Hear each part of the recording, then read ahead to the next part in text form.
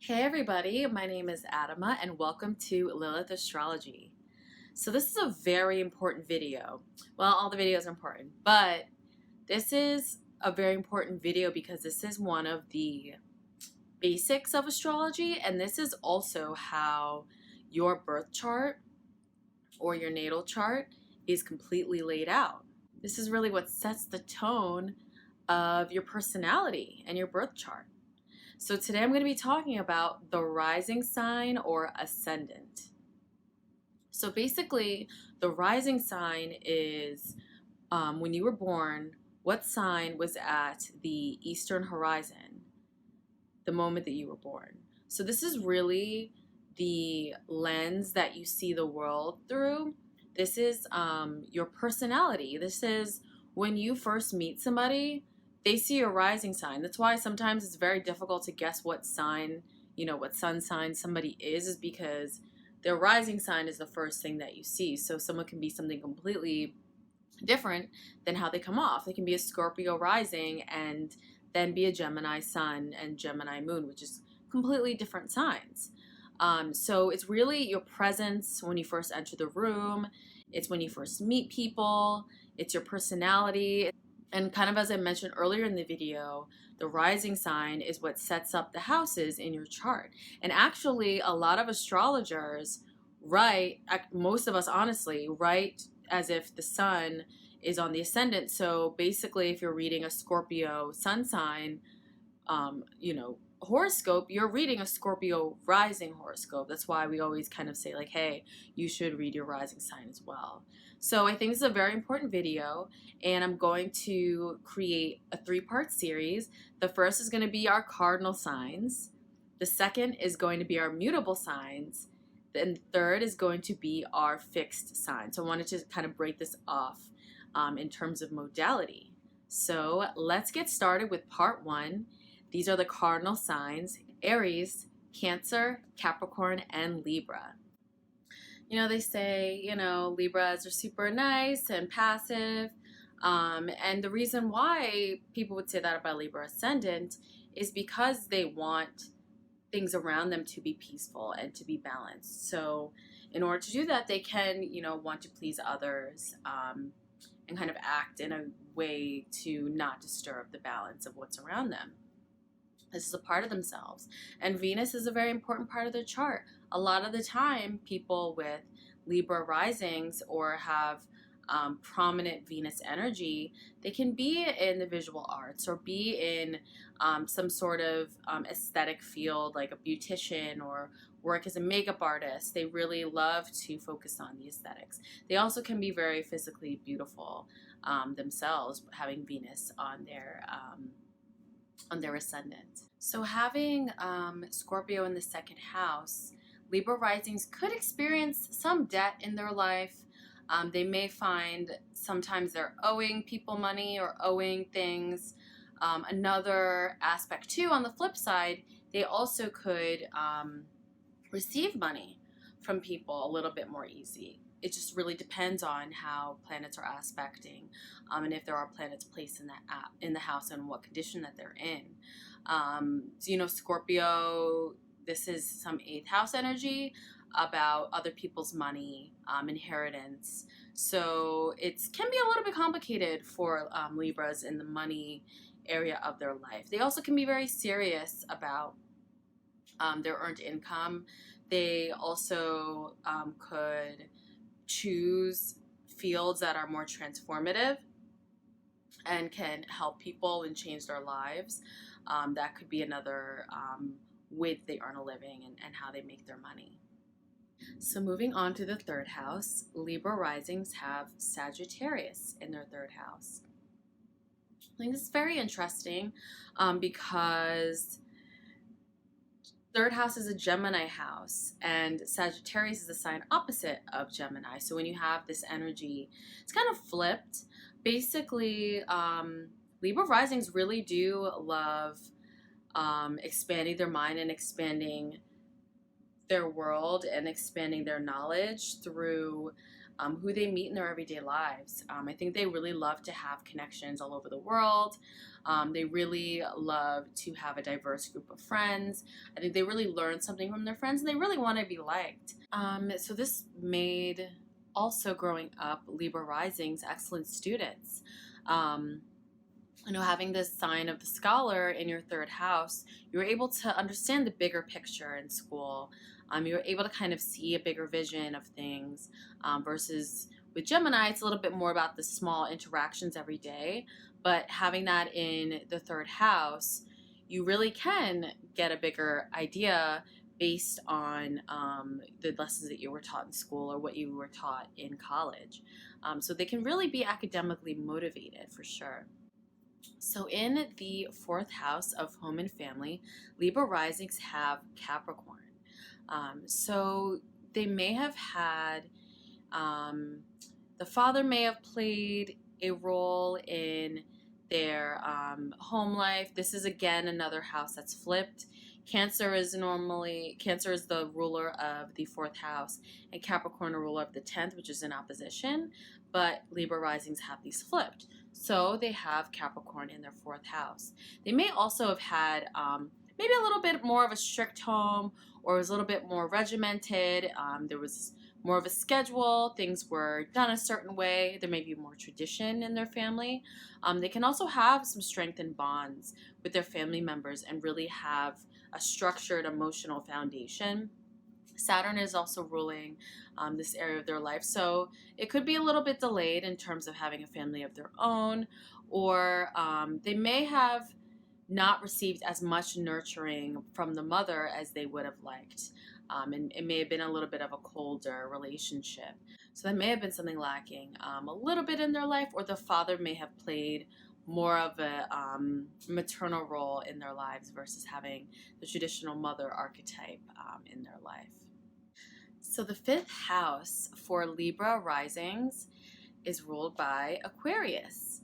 So in astrology, Leo really rules his house, but you're kind of noticing a trend here with Libra, because since it's descendant, which we haven't gotten to yet, since their descendant is Aries, the houses are flipped. The energies are flipped. So Aquarius is in opposition to Leo normally and rules the 11th house, but it's flipped with our Libra rising, so Aquarius is in the fifth. And this is the house of self-expression, creativity, children, fun, play. So the way that these people get down to having fun and raise their children can be in an eclectic and different way. Aquarius is all about originality and being authentic and unique and the weirdo of the zodiac. So when you have this in the house of creativity, what these people find fun and enticing and beautiful, or if they do create art, like the things that they create are completely different from the norm and different from what people would think is beautiful or tasteful. So they do have that difference about them. I think also in the way that they would raise their children would be a little bit different than your normal person.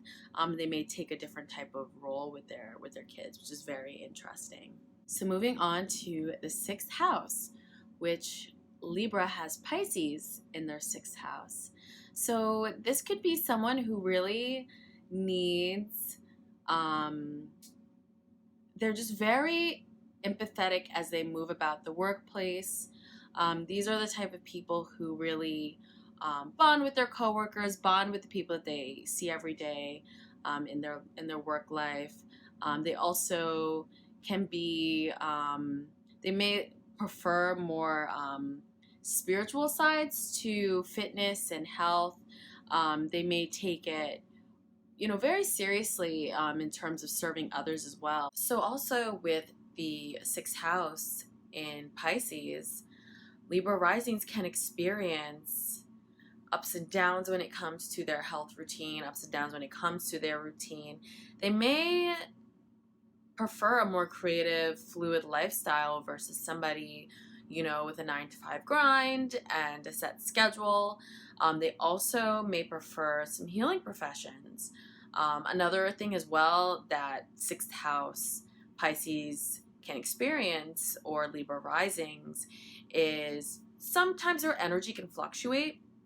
Some days they may feel like they have more energy than others. It's kind of like, riding a wave. And, they may feel lethargic on some days. And they also just, I think, kind of going back to the empathy in the workplace, they could pick up a lot from people empathetically at work, but then also, as they're moving about their day, walking on the street, driving around, they can really be a sponge for other people's emotions as well. So very interesting placement to have. So if you've got a Libra ascendant, that means you have a Aries descendant. So this is the 7th house. And that is in Aries for Libra risings. So basically, as I've said in when I was doing the previous signs, your 7th house is how you attract, or who you're attracted to in relationships, the nature of how your relationships are. And this is not only love relationship, but this is business relationships as well. Anything close and bonded, where you would that then lead to sharing of resources. And basically having Aries there, you are attracted to more independent minded people, because sometimes with a Libra rising, you can be indecisive. So, having that polar opposite to push you a little bit more, or live out that independence that you kind of project out from having that on your descendant, you could, be attracted to people who have Aries type of qualities. So very interesting. Moving on to the 8th house, which is in Taurus. So Libra risings have Taurus in the 8th house. And when it comes to sexuality, these people are really, they can be aesthetically driven. They really could like the partner to look nice.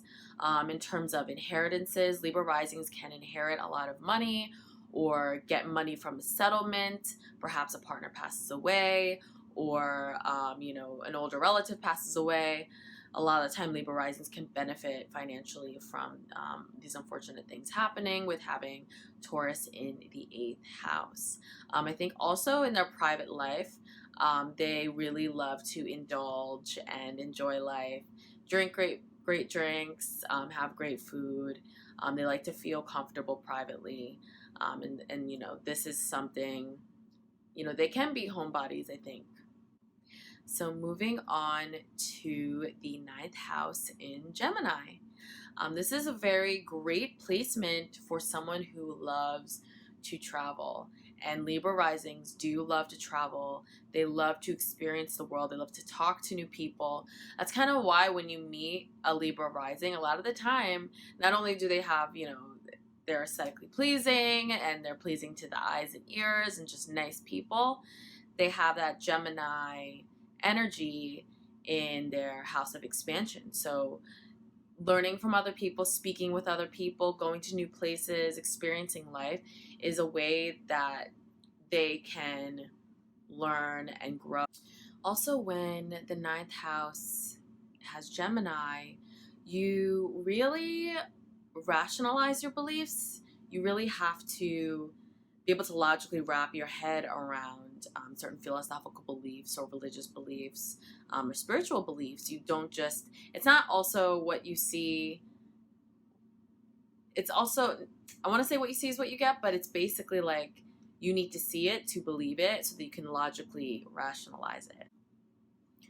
So moving on to the 10th house of career and achievement, public life, Libra risings have Cancer in the 10th house. This is also close to the midheaven. So basically, Cancers, when it comes to career, I think they can be very serious about their career, but they could end up in more nurturing professions, or they could experience ups and downs, just kind of like moon cycles, and how quick they happen. They can experience some ups and downs until they decide to commit to a certain career.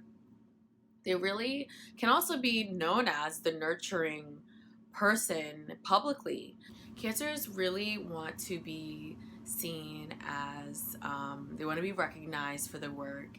They really want to be looked up to, and they want to help other people and teach other people when it comes to workplace, and nurture other people. So they really can be nurturing managers or CEOs, or heads of companies, because they have this quality about them.